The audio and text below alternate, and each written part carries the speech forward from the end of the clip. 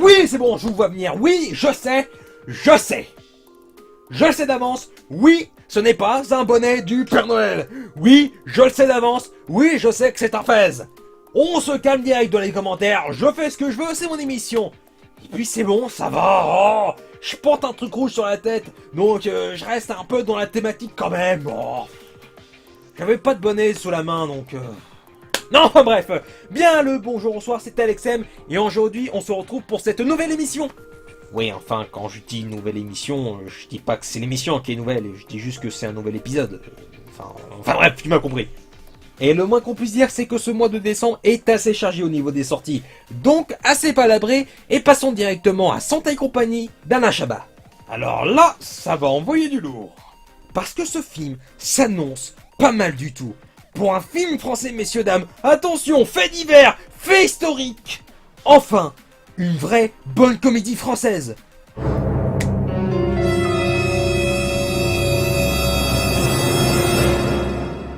Ouais, je sais, quand on n'est pas habitué, ça fait bizarre, hein. Je sais, ouais, je vous comprends. Enfin bref, c'est un film de et avec Alain Chabat. Un gars qui a fait partie du groupe Les Nuls, réputé pour l'humour absurde et leurs excellents sketchs sur Canal+, et surtout pour leur film La Cité de la Peur, qui reste encore une des meilleures comédies françaises. Bien évidemment, ça n'engage que moi, mais comme ça vient de moi et que j'ai tout le temps raison, bah voilà, c'est QFD. Alain Chabat, qui a réalisé le très sympathique Didier, l'excellent Astérix Mission Cléopâtre, qui reste encore aujourd'hui une des rares bonnes adaptations de BD en France, avec son autre film sur la piste du Marsupilami, et le très absurde et sans concession, ouais, celui-là c'est soit t'adhères pas du tout. Santa et compagnie raconte l'histoire du Père Noël qui va à Paris afin de trouver un remède pour ces 92 000 lutins qui sont tous tombés malades en même temps. Le Père Noël va donc vivre moult péripéties. Donc c'est une histoire éculée avec un concept vraiment vieux comme le monde, il faut sauver Noël avant qu'il soit trop tard. Mais le film est d'Alain Chabat, donc on peut s'attendre à une histoire bien fun et bien décalée comme il sait si bien le faire. Et en plus les effets spéciaux ont l'air d'être réussis, à eux seuls ils ont coûté 5 millions d'euros. Et en plus, la boîte de production qui s'est chargée des effets spéciaux est une boîte française. Donc Cocorico et GG Alain Chabat. Alain Chabat ne se repose pas du tout sur ses lauriers et va même plus loin que ses précédents films. Donc on tient là peut-être un petit miracle. Et ça tombe bien en plus, c'est Noël, donc c'est encore mieux. Je suis le Père Noël et j'ai des jouets à livrer. Vite, on n'a plus le temps!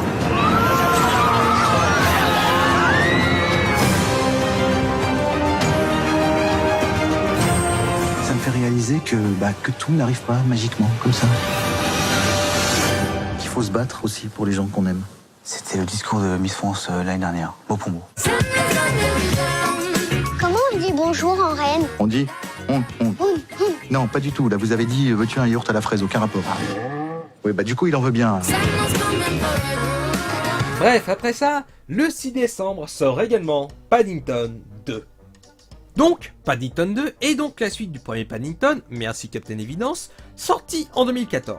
Adapté des livres de Michael Bond, le premier Paddington était un film rigolo, mignon comme tout, sans être trogné et assumant son statut de film enfantin, mais qui parle à tout le monde, et qui avait une bonne réalisation. Donc, ce deuxième film, toujours réalisé par Paul King, parle de Paddington qui est définitivement installé dans sa famille d'adoption, les Brown. À l'occasion du 100e anniversaire de sa tante Lucie, Paddington veut lui faire un cadeau et finit par tomber sur un livre animé exceptionnel. Il fait donc quelques boulots pour pouvoir l'acheter, mais un jour, ce livre se fait voler et Paddington est accusé du vol. Que va-t-il donc se passer pour cet adorable ours? Il va se faire innocenter, le coupable sera jeté en prison. Ouais, la dernière fois je m'étais plaint de Coco qui avait une histoire un poil prévisible et ça c'est pas mieux. Mais comme je l'ai déjà dit tout à l'heure, le premier Paddington assumait totalement son statut de film enfantin. Le 2 semble partir sur la même voie, que ce soit au niveau du jeu des acteurs, du scénario, de l'histoire et même au niveau de la réalisation. Donc si vous avez aimé le premier, il y a de fortes chances que cette suite soit faite pour vous. Un film à voir en famille. Nous sommes en train de faire un casse! Nous ne cassons rien du tout. Et où vas-tu comme ça, l'ours? Paddington n'hésiterait pas une seconde si nous avions besoin d'aide. Il voit le bien en chacun de nous.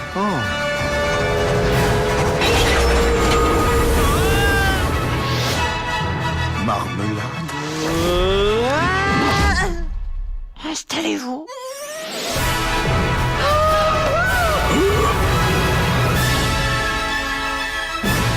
Vas-y, Wolfie. Le 13 décembre, j'ai été embêté. Il y a 3 films intéressants à parler et malheureusement j'ai dû faire un choix. Donc je vais parler des 2 autres films vite fait. Alors en premier lieu, il y a La Deuxième Étoile, qui est la suite de La Première Étoile, toujours réalisée par Lucien Jean-Baptiste. Et comme je n'ai pas vu le premier, je n'ai donc pas souhaité en savoir plus sur ce deuxième opus. Voilà. Donc voilà, je voulais vous tenir au courant, car si vous étiez fan du premier et que vous n'étiez pas au courant que le deuxième sortait, bah voilà, maintenant vous êtes au courant. Ne me remerciez pas, c'est tout naturel. Également, il y a Le Crime de l'Orient Express, un film réalisé par Kenneth Branagh. Il a déjà fait entre autres Thor, Hamlet, Henri V, voire même Frankenstein, avec Robert Downey Jr. qui jouait la créature. J'ai toujours pas vu ce film, mais il doit être très intéressant. Le Crime de l'Orient Express est une nouvelle adaptation du roman d'Agatha Christie, mettant en scène son célèbre personnage Hercule Poirot. L'histoire est simple, un meurtre se produit dans le luxueux train Orient Express et il y a 13 suspects potentiels. Mais le détective Hercule Poirot va être là pour résoudre cet épineux crime. Donc effectivement, je pense que si on a lu le roman d'origine, je pense qu'on va pas être très surpris par le film. Mais le film a quand même une excellente distribution avec Johnny Depp, Penelope Cruz, William Dafoe, Michelle Pfeiffer et Kenneth Branagh lui-même en Hercule Poirot. Dans la bande-annonce, le plan séquence présentant chacun des personnages est absolument magnifique et montre la grande efficacité de la réalisation de Kenneth Branagh. En même temps, comme je l'ai dit, ce n'est pas sa première réalisation. Donc un film intriguant et qui semble être bien réalisé, moi je dis pourquoi pas.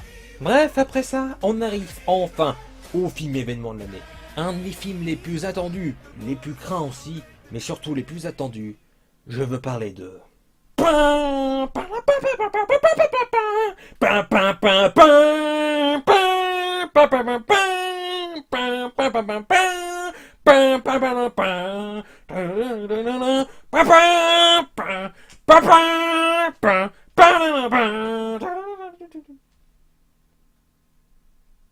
Oui, bah vous êtes mignons aussi, hein. La musique de Star Wars, elle est sous copyright, hein. Star Wars, les derniers Jedi, réalisé par Rian Johnson, est le 8e film de cette fabuleuse saga qu'est Star Wars. Après un 7e épisode sympathique, qui a été adulé lors de sa sortie, puis détesté par la suite, ça j'ai jamais compris, ce 8e épisode a fort à faire. L'histoire est celle de Rey qui a retrouvé Luke Skywalker, qui vit en ermite sur une île déserte, et qui va la former aux arts Jedi. Pendant ce temps, Kylo Ren semble bien confirmer le chemin qu'il a emprunté dans le 7e épisode. Puis, le combat contre le Nouvel Ordre continue. Alors, je ne veux pas trop vous en dire parce que les bonnes annonces sont légèrement mensongères sur là où le film va aller.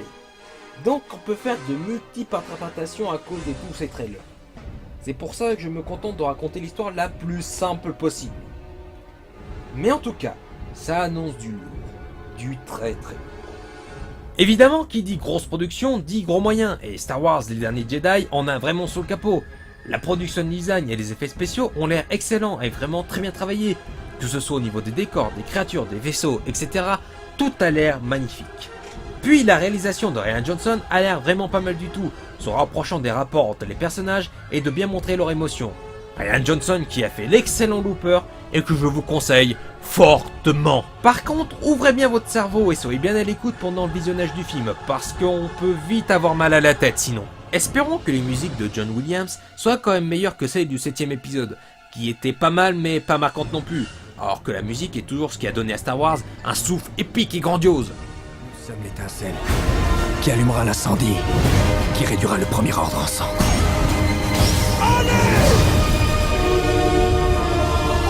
Ça ne se passera pas comme tu le crois.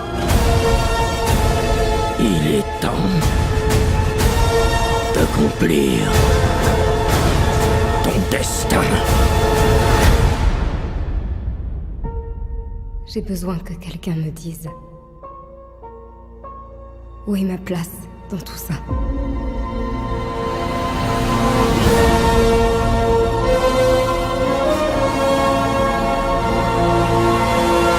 Bref, ayant y pensé pour tous ces films, dont Le Crime de l'Orient Express et La Deuxième Étoile, qui vont sortir en même temps que Star Wars les derniers Jedi. Désolé les mecs, mais vous allez vous faire bouffer tout cru. Bref, après ça, le 20 décembre sort... Je ne peux pas. Je ne peux pas. Je ne peux pas. Je ne peux pas. Non, je ne peux pas. Non, je suis désolé, je ne peux pas. Non, non, non, non, non, non, non, non, non, non, non, non. Je ne peux pas. Je ne peux pas. Désolé, je ne peux pas. Non, parce que quand je te dis que je ne peux pas, je ne peux pas. C'est le plus sincère du monde. Parce que le 20 décembre sort Jumanji, Bienvenue dans la jungle. Et ouais. Et bon Dieu que ça va pas être terrible. Ça va pas être terrible, pourquoi? Parce que ça raconte l'histoire de 4 jeunes qui sont envoyés en col de corvée afin de nettoyer le sous-sol de leur lycée.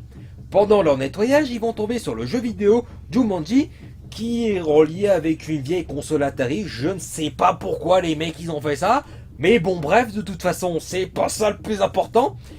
En utilisant le jeu vidéo Jumanji, ils vont être envoyés dans le jeu vidéo, dans l'univers, avec leur avatar qu'ils auront choisi au préalable. Et bon Dieu, vraiment que ça va vraiment pas être terrible, que ça pue le fric, que ça sent vraiment pas l'envie de faire une suite hommage, une vraie bonne suite au film original de Robbie Williams. Parce que, certes, le premier film n'était certes pas parfait, oui, mais c'était un bon film. Il y avait un bon développement des personnages, et l'histoire était bien exécutée. Il y a une vraie construction au niveau de l'utilisation du Jumanji. Là, non, c'est juste, ils entrent dans l'univers de Jumanji, c'est pas pareil. Pour moi, remplacer le jeu de société par le jeu vidéo, c'est complètement putassier, ça n'a aucun but. Et en plus, ça fait genre, regardez, on est rétro coulé branché, parce qu'ils utilisent une Atari, et ils vont dans l'univers du jeu, c'est comme une sorte de réalité virtuelle. C'est trop bien, regardez, on connaît les jeux vidéo, nous, on est branchés. Regardez, on est comme vous les jeunes, on est comme les geeks. Ouais, oui, oui. Oui, un vieux de 40 ans qui connaîtrait pas le mot, il dirait geek, oui. Pas geek, mais geek, oui. Oui, c'est nul à ce point-là, ouais. Je dois vous dire une chose, je crois que j'ai vraiment beaucoup de punch. Waouh, il est trop fort.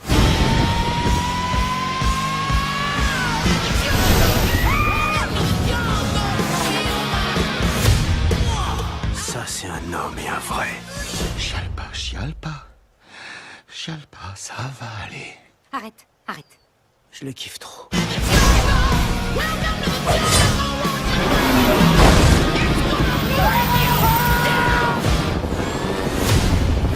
Ouais.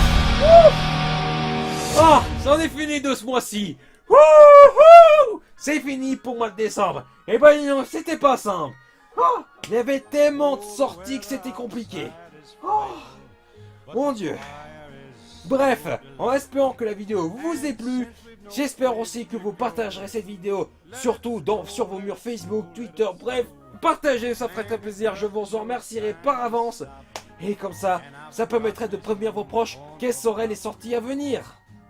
Bref, en vous souhaitant de joyeuses fêtes de fin d'année, et surtout joyeux Noël, et surtout que la force soit avec vous. Bah